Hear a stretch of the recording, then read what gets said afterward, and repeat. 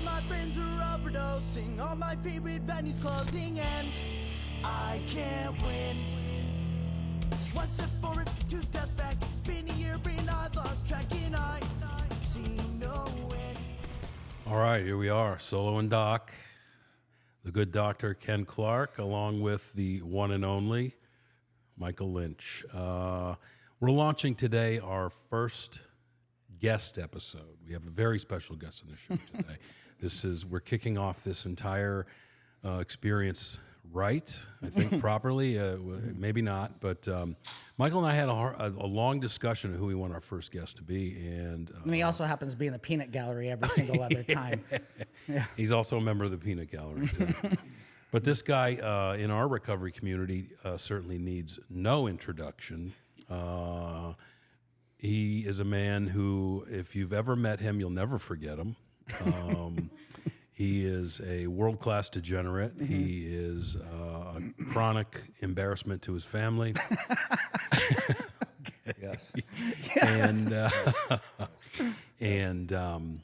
he has... And no one believes that he's even in recovery. Nobody even believes he's in recovery. It's shocking. Miracle. People actually don't believe that I'm real. Until they meet me. But he also is one of my very best friends. And, we've talked in some of the previous episodes just how much I have come to appreciate the diversity in recovery. Mm-hmm. And Eric definitely is part of the more diverse aspect of my community today. Anyway, so I want to bring Eric on. Eric hails from the armpit of the United States. Oh, the asshole of the United States. Asshole of America. the Philadelphia Flyer. You know what I mean? No, it's what a pleasure it is to have Eric on this first episode. I don't even know where to begin with Eric. Where do you want to begin with Eric? Eric could talk for 2 hours continuously. Were you a failed abortion? Is that what happened? No, I believe what happened was my father was supposed to pull out. Mom and Dad, if you're watching this, I'm sorry, but I'm going to say some horrible things that you already know I say. Yeah. So, you know what I mean? But I'm pretty sure maybe the good doctor could. I think my parents were practicing the rhythm technique. I think it was called back in the 70s. That's what it's called. You're one of those guys. You're one of those guys that. I just amazed him with my knowledge of the rhythms. After you were born, I bet your mother swallowed every other time. She learned that lesson. No, I have a younger brother and sister. You know what I mean? But however, you know what I mean? But unbelievable. It is what it is, you know what I'm saying? Yes. Thank you for having me on the show. I take this as a great honor. To be in the company of the people that are in this room, even Dre Ramirez. You know what I mean? Because all jokes aside, I look up to each one of you in this room in different ways, and I value each one of your friendships. You know what I'm saying? How do you know how we should start? Why don't you go through around this room and how do you know each of us? How do I know each of you? Yeah. Good idea. Okay, so here you go. The first person in this room that I ever met was the esteemed engineer, Dr. Kenny. He, on the first day when I got a phone call when I got accepted into the program. What program? The program of recovery. You can say Stairway. Stairways Recovery. Stairways Recovery, the greatest fucking program in the nation. Run by the fucking general himself. You know what I'm saying? Commandant Lassard over there. Fuck. But anyway, I was told, right, because I have a lot of health issues, that there was a doctor in my house. So as soon as I landed from Philadelphia to California, They're talking about all the STDs. Yes. So I'm free clinic.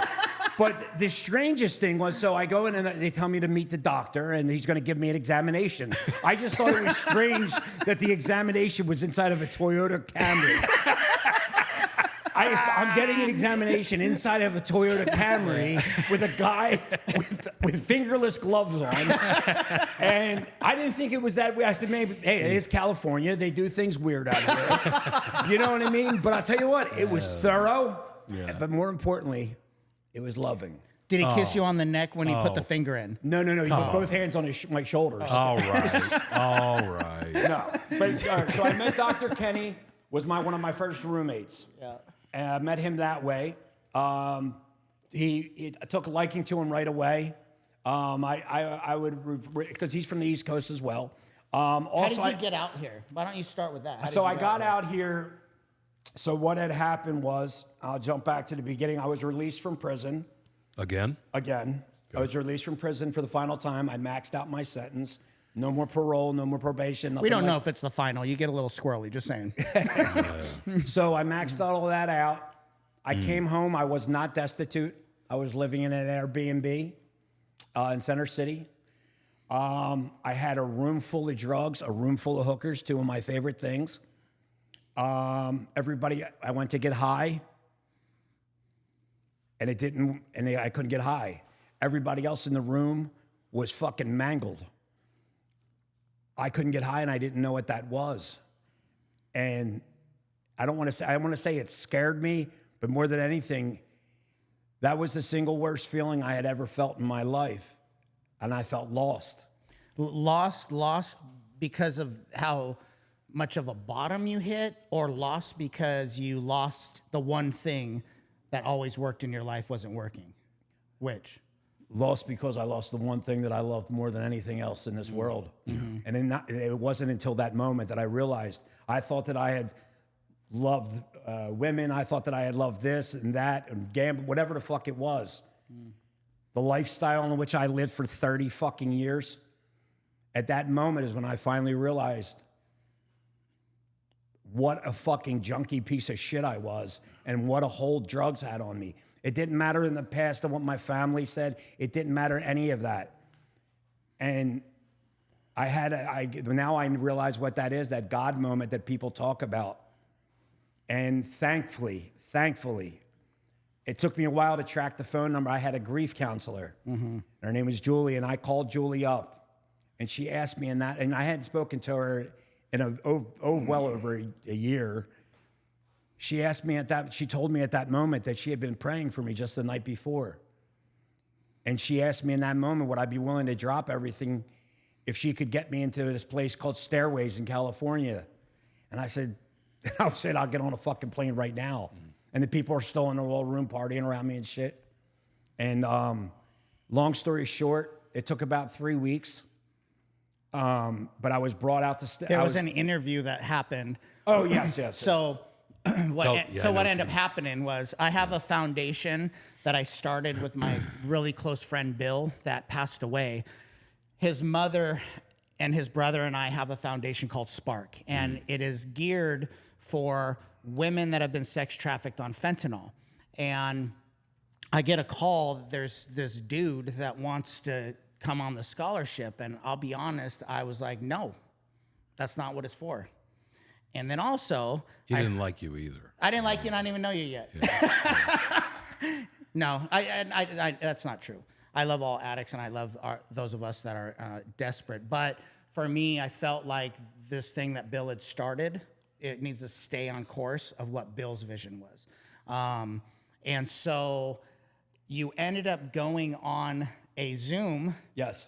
And I didn't go on it. No, I didn't even show up for it. And it was Bill's mom, it was Jesse, and it was Heidi. And it was also Kathy. Or it was Kathy. Kathy. It was Denise. Denise and Denise. And Yep. Denise. Yep. So 4 women. And all of them were telling me how we need to help him.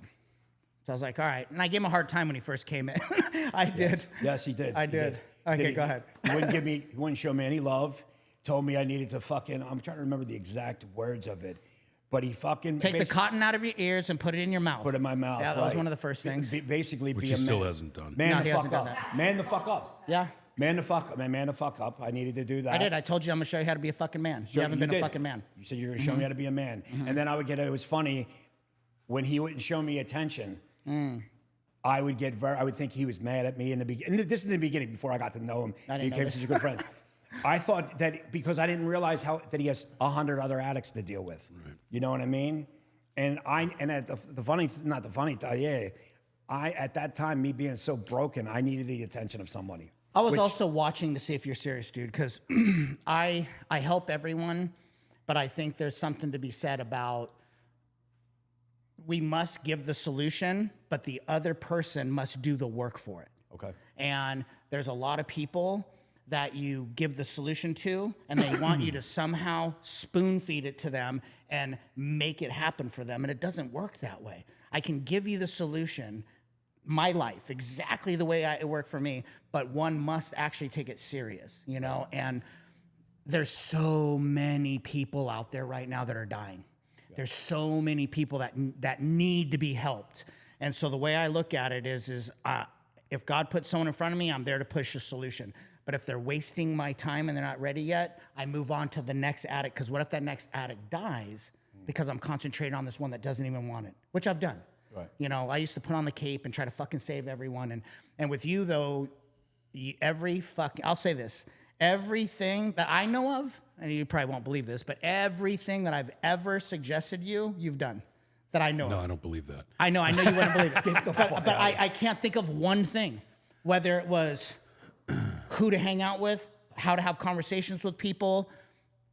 Fuck, dude. Women, business, recovery, like God, but situations. You would always come to me and you still do, with situations. And I have to say, you have literally never not followed a suggestion.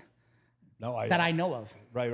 Which is fucking wild. Because people like me and you, where we come from, we're not going to let anyone tell us what to do. Because who the fuck are you to tell me, right? No, because I'm not going to listen to, as your favorite word, some lame. Yeah. I'm not going to listen to some lame. Yeah. I look at you because of our similarities. Yeah. But I only hear things, God only speaks to me through certain people. Yeah. You know what I mean? I don't want to say anybody's names, but there's certain people in our community whom I love and care about deeply, but I wouldn't fucking listen to them about a glass of water. You know what I'm saying? I respect you and listen to you not because of the materialistic things you have. I respect because I see the love in which you treat every human being that comes through. With which you treat. Thank you. Thank you for correcting me, Dr. Asshole. Here we go. This fucking guy that used to actually work for me as a dishwasher. It's true. It's true. Tell the story. I gave him his. Let's tell the story. Yeah. I first gave him his career back. He wouldn't have his license back. So he was honestly, and to this day, all my chefs still ask for him. I gave him his start, driving for me first, delivering food. I stole the pictures. That's right. His first day on the job, wearing a sweatshirt he had on for 4 days, not bathing, stains on his boxer shorts and his jeans from God doing God knows what. Then we moved him up to dishwasher. Like then we moved him up to dishwasher. We moved him up to dishwasher. I was going to promote him to be my assistant, but then he got a job taking out the trash at the burger joint.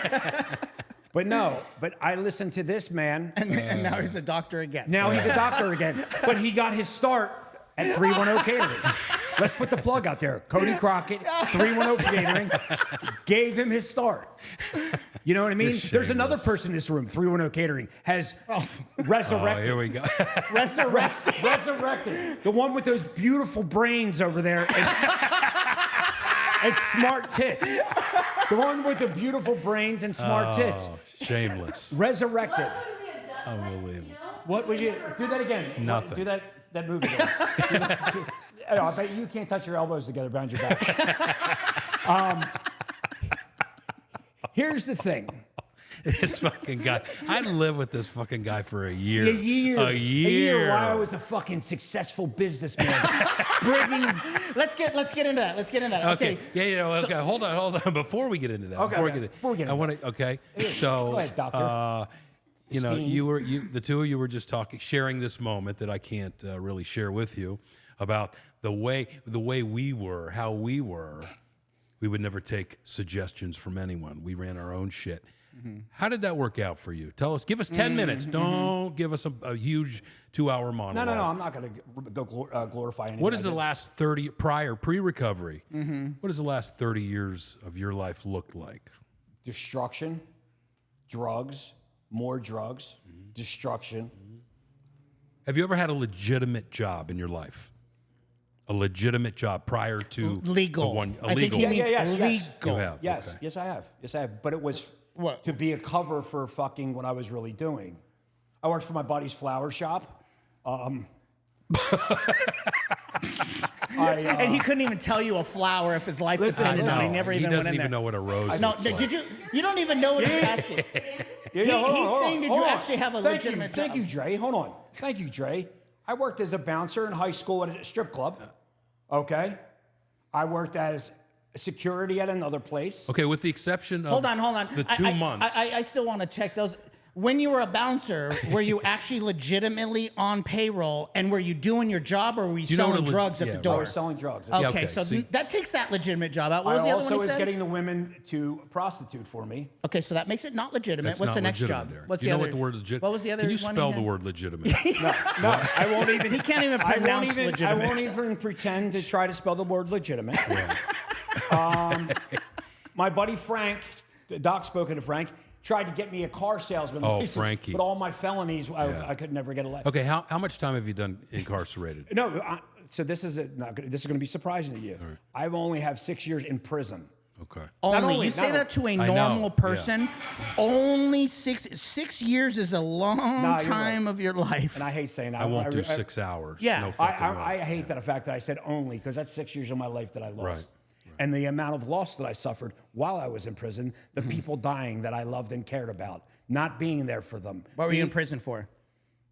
I was in prison for promotion of prostitution, possession with intent to deliver, felon in possession of fire, basically guns, drugs, and pimping. I don't like that word, Doc. Okay. Really? No, I'm not. That's offensive. He's offended. Your vocabulary. He actually just got offended. You're offended. I didn't know there was that thing in you.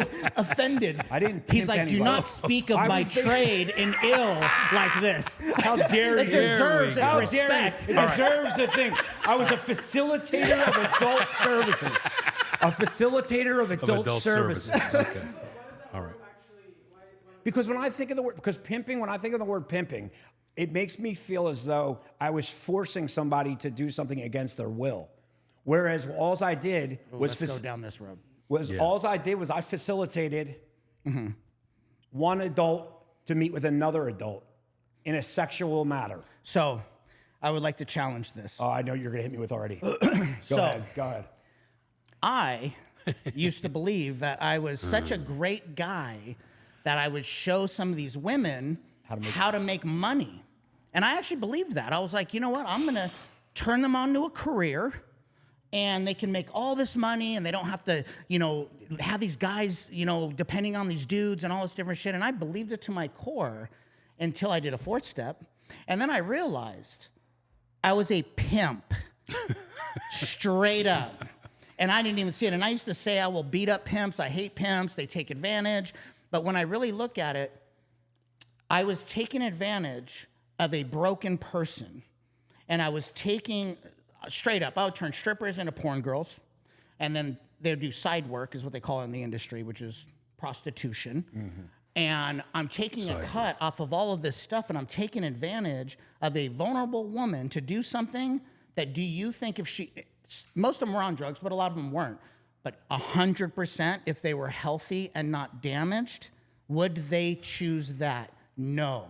And a person like me sees broken, takes advantage of broken, right? Right. So, all right. Explain again on how great you are to the. So, no. Let's fucking back up. Let's back up. I was not great at all. Okay. I was a fucking terrible human being. Okay, cool. The worst part about it was that the old me loved being the bad guy, loved the bad guy in the movie.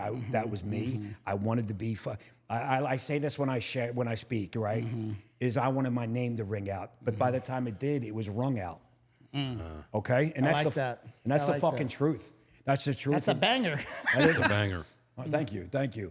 But that is the truth of the matter. And talk about broken women. I didn't discriminate. It was broken men too. You know what I'm saying? Yep. I didn't. If you had something that I could manipulate, if you had something in which I could utilize, I would use you up until it was over. And then when it was over, I still had somebody that wanted you at a discounted price. You know what I'm saying? I used to take pride in myself, the fact that I wouldn't fuck the girls that fucking worked for me. Because you had morals. No, not at all. I had no moral compass whatsoever. Okay. But that did not, because if that happens, you fucking the small level of respect, of course. you lose. You know that. You know what I'm saying? I do. But here's the thing: they had mothers and sisters and cousins and this and that. You know what I mean? That I would fucking angle my way in for. Because I would, like you explained to me the other day about chess. I say I don't know how to play chess on a board, but I know how to play chess in life and move the parts around. I could get her over there to hit this dude over here, and think it's coming from over there. Where did all that start? At a very, very, very young age. How young? When I started moving chess pieces around. No, with the prostitution. With the pimping is what it is. When I started PIM. When you were taking advantage of women and men. Taking advantage of women and men. Yep. Women and men. Yep. At what age was that? I guess I was 18. I think 18. I didn't start. So here's the thing: you got to remember, this is before the wave of the internet and Backpage and all that shit. Prior to that, I'm just assuming you're selling dope. Yes. Yeah, right. When did everything start? Yeah, 12. There you go. 12. And in the beginning, I don't want to make it sound innocent, but in the beginning, it was weed and mushrooms. Okay. I had a friend, a much older friend, that was a famous Philadelphia musician that he introduced me to, and he traveled across the U.S. So he'd bring me mushrooms from Oregon or weed from the weed from California. So like I said, I'm not going to name who the person was. So at 12 years old, I started with something small. Then I got involved in selling pills. At 17, I got involved. 17, 18, I started selling harder.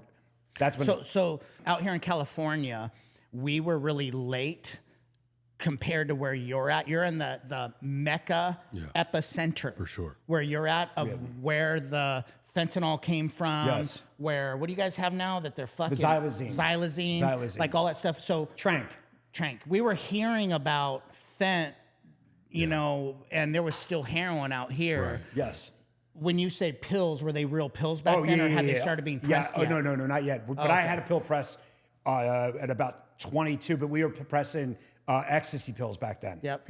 But then the fake 30s, then we progressed to fake. But see, when you say fake, they're fentanyl. They were, but let me back up. I never sold fentanyl except for not one time. I sold it multiple times, but I sold it in medical grade powder form. Why did you differentiate that? Because it's like better? Or No. I'm going to say no, because I would never pass it, because they pass off the 30s that they press. They don't try to hide. They try to hide the fact. Because you know what you're getting with medical grade. Got it. Got it. Thank you. The medical grade. So you're a drug dealer with some morals? No, not at all. No. I still don't have any morals at this point. At any point, whatsoever. As in today either. But see, my twist. I mean, here's the other thing too. Being on painkillers for 20 years, prescribed to them. Why were you on painkillers? From surgeries on my back and my body and stuff like that. Oh, you've been shot, haven't you? Yes. Yeah. But Pistol whipped. All kinds of shit. I'd like to say this. I've been on both sides of the gun. Yeah. Okay. I'm not proud of that or something prideful about that. I'm actually ashamed. No, it's just a fact. It's a fact. It's a fact. It's a fact. Yeah. But here's the thing. So progressing through with what I was doing, so we'll bump up to 18 with the escorting. And so the internet, like I said, it was at its beginning phases, right? So I actually had people answering landline phones in the beginning, right? But in the beginning, I didn't realize what I had. I thought that drugs was the way that I would make more money. I didn't realize the money that I could make by having women in multiple areas at one time. Especially you get... Because you can't use the same bag of dope twice. No, you got that right. You got that right. And the thing was, when I was younger, when I first started out doing it and stuff, my drug habit wasn't as bad. That's a huge thing. Of course. You know, I was the party guy. I'm at the bar, blah, blah. Yeah. And the other thing is this, I've been able to get into clubs and bars since I was 15, 16 years old. Yeah. So, and I always hung out with the guys that were 10 years older than me. Mm-hmm. You know what I mean? I made my first bet when I was 12 years old. You know what I'm saying? The thing is this: 12-year-old got a bookmaker. I did. I know. I know you, Eric Leonetti. Yeah. A real I have no bookmaker. doubt. Yeah, I know you know me. You've put in bets with me. You know. He's putting in bets with them right now. Right now, he's holding up signs. I hope my wife doesn't Seattle, see this episode. -5. Seattle -5. The over in the game. You know what I mean?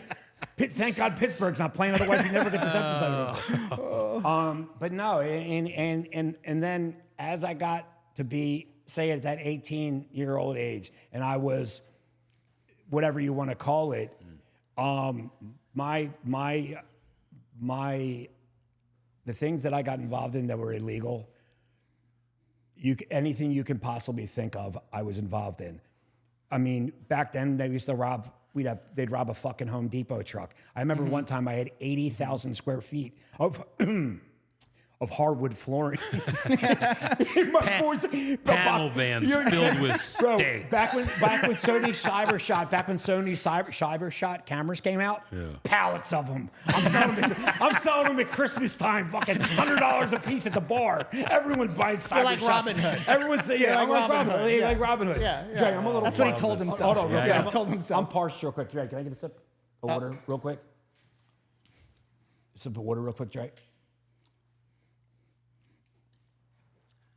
Thank you. But as I was saying, I was parked.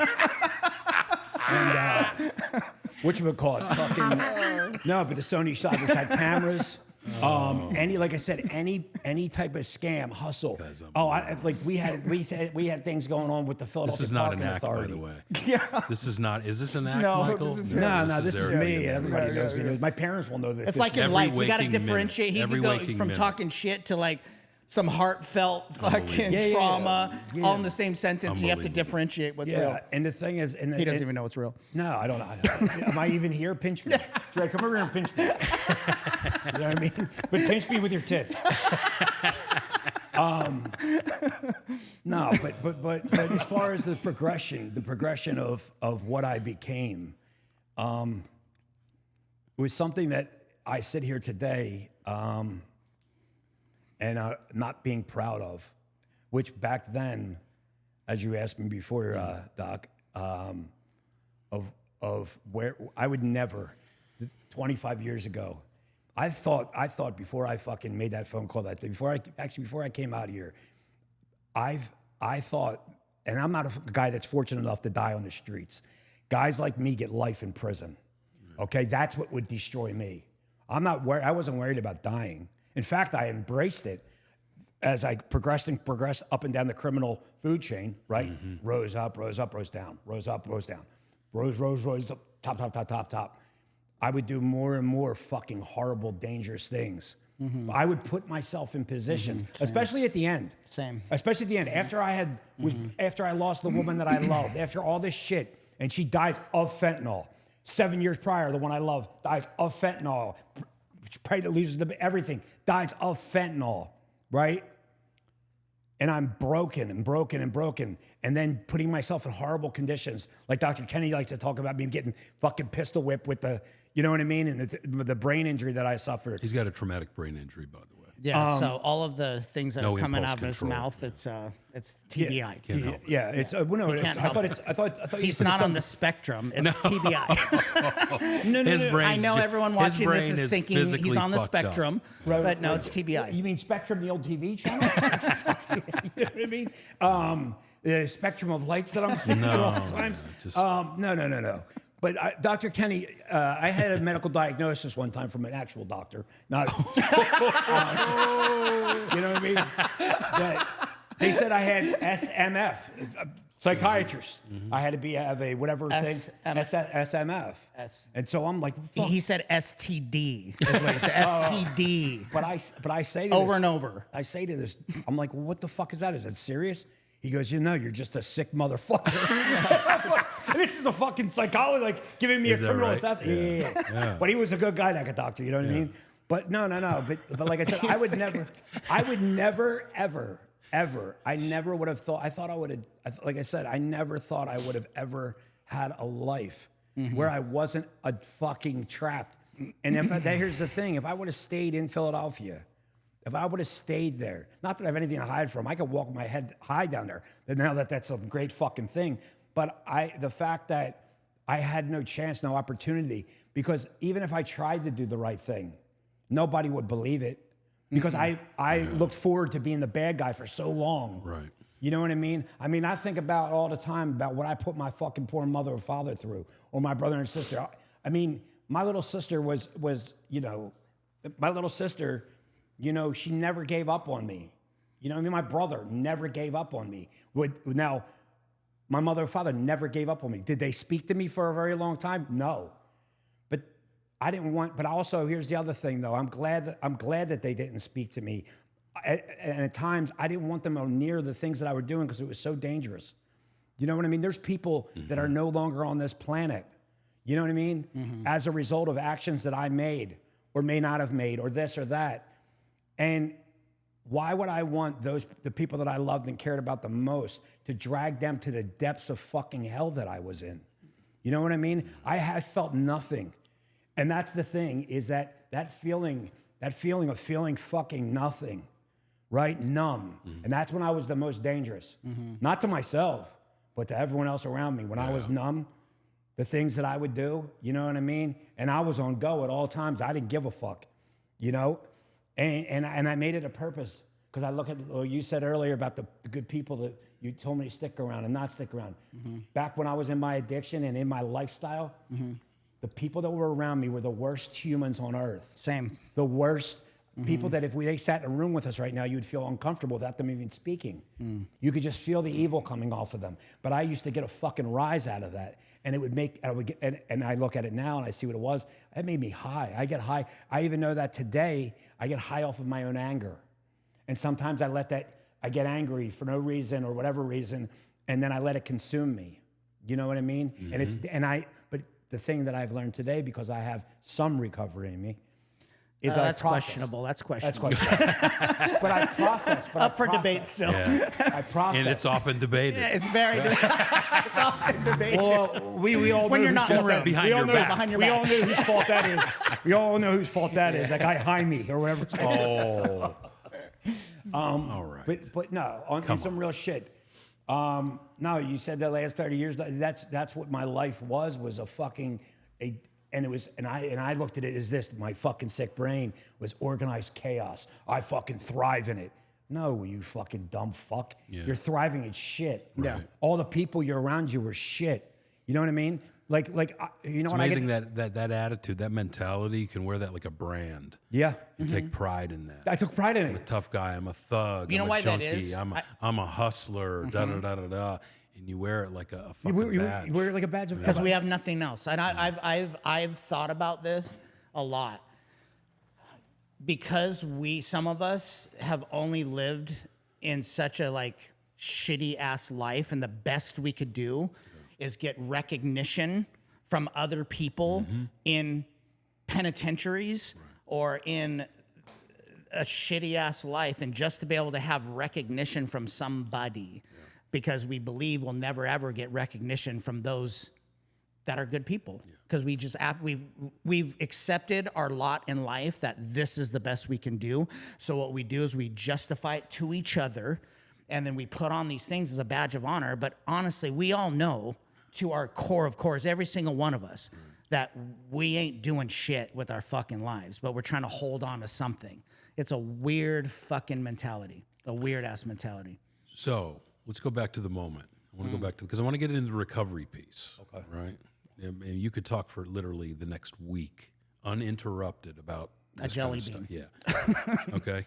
No, and this is all, I mean, I know all these details already, but I want to get into the recovery piece, because the life you're living today is radically different than any of the things you just shared. Anything. So is it safe to say, is it fair to say that at that moment when you're sitting there, you're surrounded by the women, and you're in the Airbnb, and you got, and you find yourself, the one piece of satisfaction I might have left in this world isn't even working anymore. Was this moment of clarity when you're looking back at those 30 years and you're thinking of the crime, the hustles, the drugs, the pimping, the blah, blah, blah, the penitentiary time, all that stuff. By the way, how many times were you butt fucked in the penitentiary? Yeah, we all, that's what everyone was thinking. I don't know about the same amount of times I butt fucked your wife. So actually, speaking of your wife, actually, speaking of your wife, tell her thank you for the watch she bought me. All right. Okay. Okay. That's fucked up. Anyway. We can't let her watch this episode. Just saying, I love you, Letitia. No, she knows I was not her. She knows- joking no, at all real about quick, you. Real quick. Speaking of her, I do seriously love that woman. She has been with me since day one, helping me to get a better life, worrying about my health, and so has this man here. That is actually a true story. So you have the moment. You have this moment of like radical awareness. Yes. Holy shit! All flash before you reach out. You make the phone call. 3 weeks later, you land in California. Yes. And you're entering this world they call recovery. Right. I remember when you got to I remember the first morning, you arrived at the house. I didn't see you the night before. You heard him. And I get no, not the first morning. But I'm sitting on the couch doing some legitimate work. And You're right. You haven't hired you yet. all right, I didn't hire you yet. all right. So I'm sitting on the cat. Now I was conducting business. All right? Reading about what's going on C-SPAN. the only guy that still watches C-SPAN on the All computer. right. I was conducting business. Anyway. But this idiot walks out. He walks out from the back, doesn't speak to anyone, right? Yeah. No. Hi, good mornings. Hi, I'm Eric. He walks out wearing this stupid ass bathrobe. You probably still have it. Damn right The I do. camouflage robe. He Damn looks right, like damn right I do. fucking I gotta cover this joint up somehow, boy. Joe. And I thought to myself, what an asshole. I was going to call Michael Lynch. I was going to call him again and say, who are you letting into these houses? We have recovery programs to focus on. Here at Anyway. Stairway, the bar is very low. Very, very low. So, but since, from that point on, what are you about? At least a year and a half clean now. Today is 19 months. Wow. Congratulations. Congratulations. Now, one of the things that Michael and I talk about it all the time, but we've emphasized in this podcast, just in the few episodes we've done, is that yes, the time matters, but how's your life changed? What kind of success have you? How radically different is your life today than it was the life you just described? Just from landing, Okay. listening, and actually carrying out some actions like Mike. You mean doing the next right thing? do the next right thing, How's my life radically changed? not just externally. I'm asking about Internal. everything. Oh, everything. internally. All of let's it. All talk. of it. Let's All of talk. it. Let's All talk of about this. Let's talk about You used this. to be an anger junkie. Yes. You used to be selfish. Yes. You used to be a manipulator Yes. of women. Yes. Right? Yes. You used to not give a fuck about Yes. I think Dre just spit in his mouth. So there's You guys that. show you the but change. Good, no, that's change. That's Progress, change. not perfection. No, it's progress because before You I didn't would have spit in her I would mouth. have spit in her mouth. Yes. And You're a fucking spiritual giant. no, but one thing is that, Michael Lynch is without a doubt, I said this yesterday, the most generous person I've ever met in my life. No question, in every way, financially, with your time, with your passion, every single thing that Michael has, he freely offers to other people in need. You're the second most generous person. You are very generous. You just don't have as much time. You don't have much as resources, but you're the second most generous Thank you. Or brain power. or brain power. Right. Thank you. Thank you. Okay, now, It's a TBI. It's not autism. Thank you. but my guess is, Yes. judging from the way you just described yourself for the last 30 years, that was not the case. No. So here's the strange Where does thing. that come from? What, my generosity? Where does my generosity That's a go? good question. Even in my addiction, right? I mean, I had to have mine first, obviously. Let's keep it 100, right? But fucking, I don't want to know if it was called. I mean, I was always generous with everything I had. Always was. Oh, you were? Okay. I always was generous with everything I had. But it was a bad thing before, right? The generosity with giving people more drugs. That's really a good thing. I'm giving people poison. That's not a good thing, right? But you were one. But let's be real. always took care of people. If you're the one thing that we love the most, that we'll usually hold on to the most. Yeah. And you were generous with that, giving that up. That says a lot. Yeah, I was always, you could ask anybody, I was always very generous with everything and anything overly generous. Oh, wow. So much so, I mean, my sister even says to me today about, because I want to, but I've always been a generous person. Where does that come from? Where does it come from? I guess I mean, we didn't have money as I didn't have money. My family didn't have money, but but my mom worked really, really hard. We always had food on the table, obviously. I didn't have Jordans or anything when I was a kid or anything like that. My parents were overly generous with their love. So maybe, my father's a generous person. I don't know. Could it be like Maybe you don't know. I mean, rooted, it's like culturally? Like I've never left an Italian household hungry. yeah, that's a good. Yeah, my father, like I said, we didn't have money, right? But my dad never missed one of my fucking sporting events. Or my sister, all through playing for the United States national Olympic hockey team. My parents traveled all over the world. They never missed one of her games. She's a little girl till she's a grown woman. My parents, and that's the whatever the word is, Dr. Kenny, I'm looking for. I didn't have a horrible childhood. No. I did not have You're another example of like, I chose to be a monster. yeah, that nothing did it to you. You chose it. I chose it. I chose it. Someone like you, Michael, and I know your story. Oh, I still chose it, but I had an excuse. You had an excuse. I didn't had have an excuse that I held on to. It was to be a victim. Right. And to It just shows that addiction. I had a touches loving, any of us. very loving family. Wow. Very loving family. Very supportive family. I could have, you know what I mean? Big Italian family. When my father's Italian, my mother's Irish and a Polak. So she, well, no, she is. So am I. So I'm saying what it is. Go. So, but my grandmother was the biggest part of my life. When I got busted for running an escort service, my grandmother came in and testified as a character witness at 91 years old on my behalf. My grandmother interrupted the judge when he was trying to sentence me. My grandmother had everyone in the courtroom laughing. Yeah. They're blaming it on all the girls Yeah. for manipulating him. My grandmother, when I would do love something it. horrible, so my grandmother let me live at her house when I was on federal house arrest. You know what I mean? I had nowhere else to go. You know what I'm saying? My grandmother, was the person I was the closest with. You know, God rest her soul. She lived to be 96 years old, 96, 97 years old. So back on your life today. Yeah. Oh, Let's get back to in the my life today. recovery piece. piece. I'm sorry. I'm a So little. today you made a choice Yes, sir.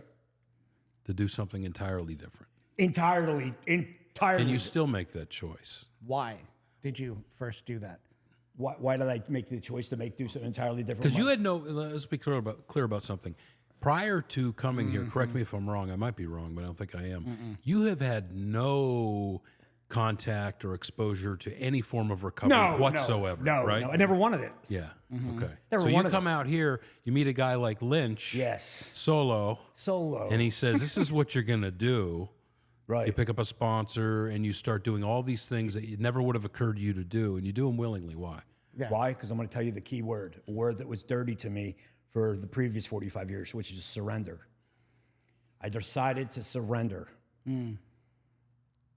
Put my hands out. Because the way I was doing it was not working, obviously. I didn't, I was, another easy word, I was broken. Completely broken. My heart was, every aspect of everything with my mind was broken.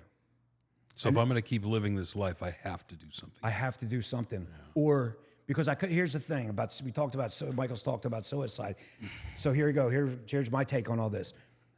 I couldn't put a gun in my mouth and kill myself. I've had plenty of guns. I couldn't do that because I'd be an embarrassment to my family if I committed suicide. This is my train of thought. I wouldn't overdose. Fentanyl would be easy to overdose on, right? That wasn't I like speed, but fentanyl would be easy to do. But you know what? Then again, I'd be an embarrassment to my family, or I'd be an embarrassment to fucking, oh, look at that junkie, blah, blah. That was my that was how sick I was. Yeah. So I got up ideas of, well, maybe suicide by cop, they think about, or suicide by another guy that's a street guy, or something like that. You know what I'm saying? Mm-hmm. That's how sick I was. But then when I had that moment of clarity, or that God moment, right? I wanted more. I wanted more for myself. I knew and in that moment, I remembered, for a split second, I remembered that I was told that I could be something, that people knew that my brother actually was the last person that I remembered saying to me that my family needed me. My father had a stroke while I was in prison. You know what I mean? I was not I'm the oldest son. I had almost like, I call them flashbacks, but another member of our community told me what it was as trauma. And I didn't see it as trauma because it was just part of daily life with me, right? There's lots of traumas now that I think about it, you know? But I knew I always wanted, and when I met Michael, like I said, I surrendered. I was willing to listen to this man because God spoke through him to me. I wouldn't hear it. My mother had asked me for years to stop doing what I was doing. Yeah. Yeah, right. Right. My father didn't speak to me, or only spoke to me because my mother told him to. You know what I mean? Or to make my mom happy.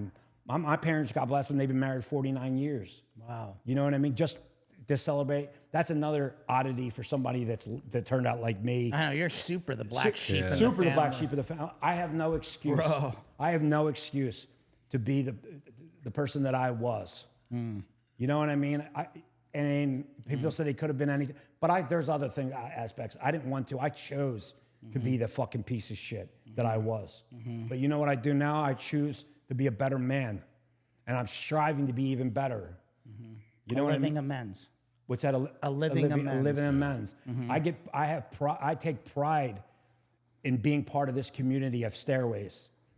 I take pride in the fact that I actually can call the people in this room, they're friends that I have never had in my fucking life. Because in the past, they weren't my fucking friends. They were people that I used up for that time being or manipulated. They only wanted me for one reason or two reasons. What I could do for them, what I could give them, what I could do. And it was a materialistic thing. And blowjobs. And blowjobs. Yeah. Oh, definitely. Pieces of ass. Well, what you call it? I was a throat slayer. You know what I'm saying? I was blowing fucking throats out. You know what I'm saying? That was my job. Oh, come on. No. All right. Like now you're almost panty in a bunch. Dr. Kenny's got his panties in a bunch over the big cock. Come on, get to the recovery piece. So what do you do now? Okay, you went from street hustler, pimp, drug dealer, scumbag, multiple time felon, right? Multiple felon. He just spent the last 2 years in the fucking hole. Tells you what a dipshit he is. Yeah. And what does your life look like today? It's the fifth time I've asked. Come on, he can't maintain it. I need Michael to say it so I can hear it. He still doesn't listen to anything I say. No, here we go. Son of a bitch, I hate you. That is so true. Because you would give me the same advice Michael would. I hate him. You would give me the same advice Michael would the day, an hour before. And I'd be like, fuck you. And Michael would say the same thing, and I'd hear it. No, and he'd be like, no, I know. Kenny, he'd be like, Dr. Kenny told me the same thing. Yeah, Dr. Kenny. He'd say that all the time. All the time. I'm not listening to that fucking bald, that dumb bald fuck. Yeah. But seriously, what does my life look like today? Well, thanks to this program of Stairways, and them introduce Michael individually, introducing me to the 12 steps. To the 12 steps, introducing me back to God. That's right.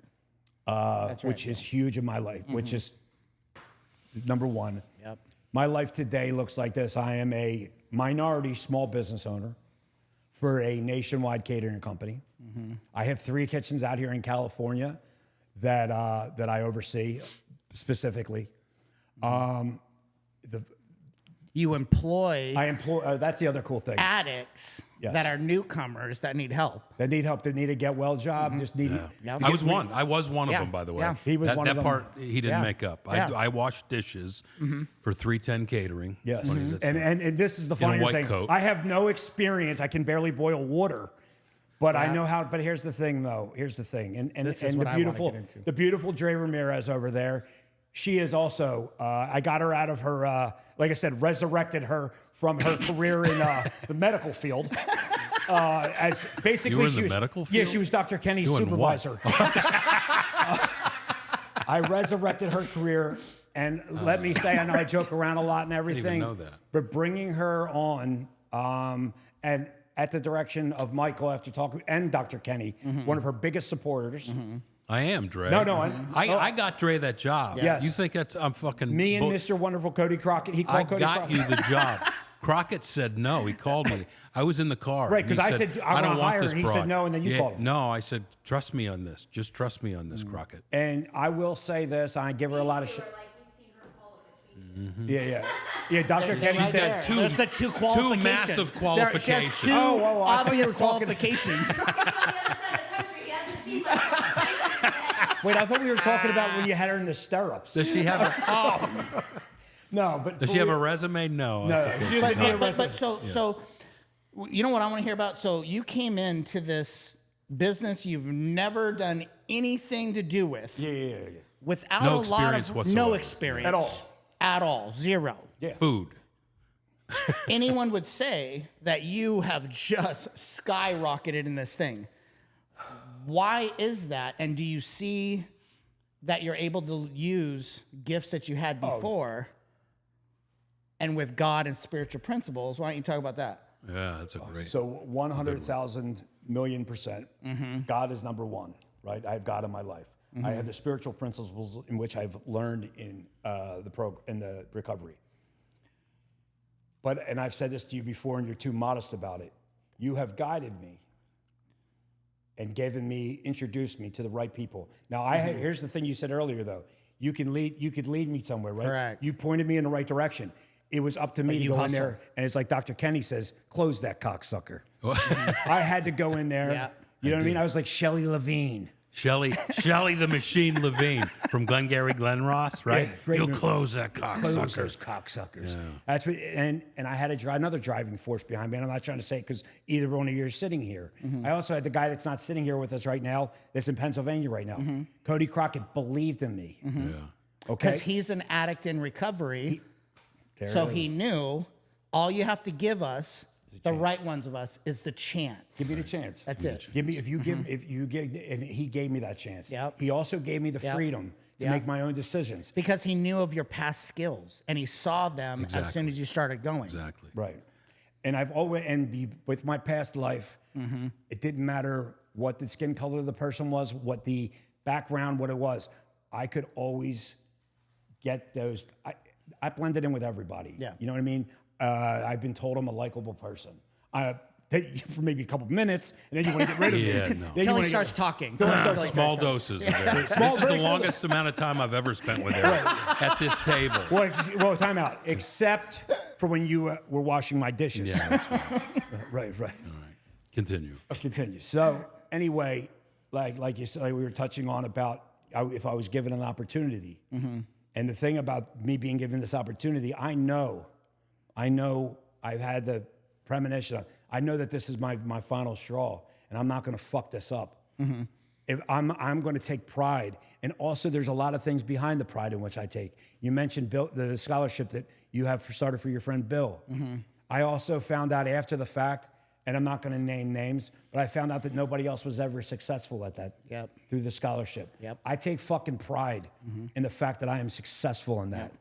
I don't just carry. I don't stay clean. And He I does don't, too. You've mentioned this before. I don't do it just for me.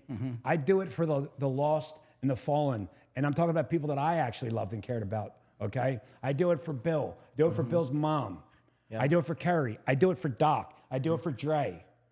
I see that when I'm in our community, I know that people are. I know that people are looking at me because of the successes that I've had, right? And I know that maybe I can help one of them. That's right. Whether it's giving them a job, whether it's giving them advice. You know what I mean? Sponsoring them. It's sponsoring which them. you It's also do. which I also do. Yeah. And I have 2 different kids that I sponsor that are from complete opposite ends of the earth. You know what I mean? One's a gangster and one's a scared kid, homeless kid from wherever he's from. But you know what, though? And the beautiful thing about me sponsoring these kids, they actually are starting to drink the water, too. You know what I mean? They are. You know what I'm saying? And that, I was amazed at the joy that brought me. Because it's been a while since, every day is a joy that I get to wake up clean, number one. Every day it's a joy. One of the first people I get to see in the morning is that beautiful woman over there. Not because of her aesthetics. And I know, I'm being serious for a second. You know what it is? From the day that I met her, and I met her a year prior, didn't know her yet, nothing like that. I walk into her office, and sitting on her desk is a picture of Bill. And I say, hey, how do you know? But she already knew who I was because of Michael talking about me, because of Heidi talking about me. And from day one, she is unlike most women that I've met in my life, right? Meaning this. Most girls that look like her are not kind people. Yeah. No. They're stuck up. They're fucking inconsiderate. They think their shit don't stink, right? And none of them are funny. No, none of them are funny. You notice that? None of them No, are she's funny to an extent. She thinks she's funny. She Yeah, thinks she she's thinks funny. she's funny. But only- There's just something to Right. it. But the thing is this though, she's a good sport about it. You know what I mean? Yeah. She's a good sport about it. She doesn't mind spitting water in my mouth when I'm parched. You know what I mean? You know what I mean? Dre's a great human. By the way, I'm a little parched right now. Oh, Doc, hold on. I'll be right over there. I have lemon flavored water. I want to spit in your mouth from a yogurt slinger. Oh, come on. But the thing is this, though. Unbelievable, No, for real. this But I get to see people like this. Or in the middle of my day when I have to travel between kitchens, I get to stop and see Michael. Every day almost. Every Yeah. day, every Yeah. day. And No. but here's the thing about that, though. In that old fucking life, I wouldn't have considered any fucking things like that. Anything at all like that. The fact that I have people calling me from across the country asking my advice on catering. You know why? You wouldn't have allowed us in your life. You know why? Because we care about you. You wouldn't have allowed it back then. Oh, no, not at all. No, not at all. I would have pushed you away. You know, another thing you get to do every day. This asshole calls me 5 times a day, if not 10. There's always one. It's like 6:15 a.m. right? And it's on. I mean, there's no ramp up. You know what I'm talking about? I There's do. no, hey, good morning, Doc. What's going on? It just boom. And all I have to do is listen for a half an hour, right? And then he hangs up on me every single day. And then he's like, we had the best conversation. Yeah, it was He comes mine. to see me and he tells me how great of a conversation they had. Yeah, but Dr. Kenny and I had a wonderful talk about life. About life. He's like, I learned so much. He didn't even Speak. listen to one thing you speak No. once. No. I'm doing Sudoku puzzles while Right. You know what I mean? But this is the way I look at it, though. I get him ready for his day, because then there's nobody in his job that he has to put up with like me. Yeah. No, not even close. I prepare him. Basically, you're welcome. I basically prep you for the day. You know what I mean? You can base Nobody can be as annoying. No. It's all down from there. You know, another thing he does when I'm doing groups, he calls when he knows goddamn well I'm in a group. He calls. He knows it. This has been forever now. You know the schedule. You know I'm in group, and then he'll call again. And he'll repeatedly call. I was shocked. I love Eric. I was shocked that you asked him to be in your wedding. Yeah. I was like, uh-oh. Oh, yeah. Because we don't know what we're going to get when Eric comes in the know. room. He doesn't, have this thing that some people have that's like, too much, inappropriate. And, yeah. Well, and he did well. He did well. We all of us individually, everybody in his life had a pre-talk with him about what appropriate is Every and not single person appropriate talked coming it. to your Yeah, I wedding. know. Other than him freaking with your wife in the middle of the But hold on, I got her primed and ready for him. And my daughter. it was pretty good. And my daughter. I was a gentleman. Yeah. No, I thought the same thing. I had hesitation about putting Eric in the wedding. I did. But and incidentally, Michael officiated my wedding. You talk about So at that point, you're like, dude, it can't get worse than that anyway. No, but the thing of it is, I thought about it. I did. There was like 3 people. There were 3 men. There were 3 groomsmen, and my nephew, my brother's been dead for 14 years. His son was my best man. Yeah. And I thought about the 3 groomsmen, and I debated Eric. I did. But then, because I just saw bad things happening. It just wasn't a good Her formula. family's there. They're conservative. They don't know anything about Right. No. They don't us. know anything. Yeah, but they were all over me. And no, but you know what? At the end of the day, it came down to really basic principles. There's like 3 or 4 people who are at the top of my list of my ride or dies, as they say, and he's one of them. Of course, he's going to be in my wedding. It's a fucking no-brainer. You know, even if he embarrasses me, which he does constantly. Yeah. Even if he, you know what I mean, turns tables over, or grinds up on my wife, your wife, at your whatever, wedding. all that kind of stuff. He's still coming. He's still I coming. definitely can. Loyalty, Loyalty, right? Loyalty. We are loyal as hell. Let me tell you, in the world of recovery, is there more loyalty on this planet than in the world of recovery? I'm going to say, I think that no, if people are in recovery. If they're in recovery, The right? thing about us addicts, we can be clean and we stop working our program and we're very disloyal. People that are working a program, you won't find a more loyal person. You don't. Or more loving. Like, we love each other to extents that, like, I didn't even know was possible. You know, it's so true. I definitely didn't. I didn't know. I remember talking to Kenny about this, about like Dr. Clark. Excuse me, Dr. Clark. LPN Clark. I remember talking to LPN Clark, or no, at that time, Dishwasher Clark. What you call it? I remember talking to him about, like, did they have an angle? Why is he so kind? And why do they love me? What is going on here? This is fucking weird. And then like, wait a minute, there's actually a female that actually cares about me, not because I can get her drugs, or not because I'll give her money, or not because I'll do this. And just to be clear, it sounded like he was about to propose when he was talking about Dre. They're not together. No. Just to put that out there. No, but They're not together. I'm speaking from the... I know. And our producer... Only in recovery. And our producer pointed this out. Yes, about Lisha. how I can go from fucking being an idiot to being sincere. That's because I'm being sincere. That's because I shoot from the... You are genuine. I'm genuine. You're very Now, authentic. I'm genuinely bad sometimes, but the shit I say, but it's all genuine, right? It's all genuine. Yeah. I say that about you all the time. I've said that about you all the time. When people would be like, "What's up with that dude?" I'm like, "He's a genuine dude. He's a genuine dude." I mean, and I know that I know that I'm a lot to handle at times. I know that, but if I was any other way, like you spoke to me, here we go. I wouldn't like you as much. No.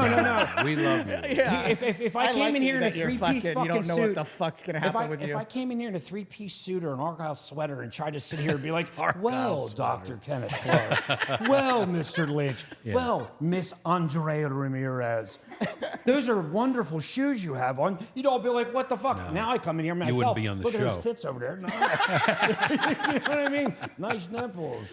Even though now let me say this. You know that this is love in this room because you know what? She has a fucking Cowboys jersey on, or shirt on, and I didn't rip it off and burn it yet. You know what I'm saying? We're all the type here, though, we will say the most rude, obnoxious, goodness. to each other. To each other. We will all be, if we are in a separate room from one another, we are saying the kindest things.